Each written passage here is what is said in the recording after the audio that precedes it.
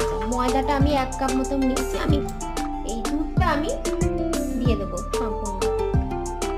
এটা আমি একদম মিহিদানা সুজি, এটা আমি সম্পূর্ণ দিয়ে দিলাম। ঠিক আছে, এটা মেশাতে থাকবো, মেশাতে চিনিটা একদম, এটা আমি দিয়ে দেবো। দেখতে পাচ্ছ একটা গাঢ় ঘনত্ব তৈরি হয়েছে। হাফ, অল্প তবে একটু বেকিং পাউডার পরিমাণটা একটু বেশিই থাকবে। আচ্ছা, তেলটা আরেকটু আমি দিলাম, সমানভাবে রাখতে হবে। এবার এর উপরও একটু তেল লাগিয়ে দিচ্ছি, যাতে পুরো পেপারটাতে আমি একটু সানফ্লাওয়ার তেল আমার লাগানো হয়ে গেছে। সে গাঢ় হয়েছে, জাস্ট কেকে যেরকম চাই বসিয়ে দেবো। দেখেছো কি সুন্দর ফুলেছে, কি সুন্দর কিশমিশ কাজু বাদাম তো দিয়েছি, ভালো লাগছে।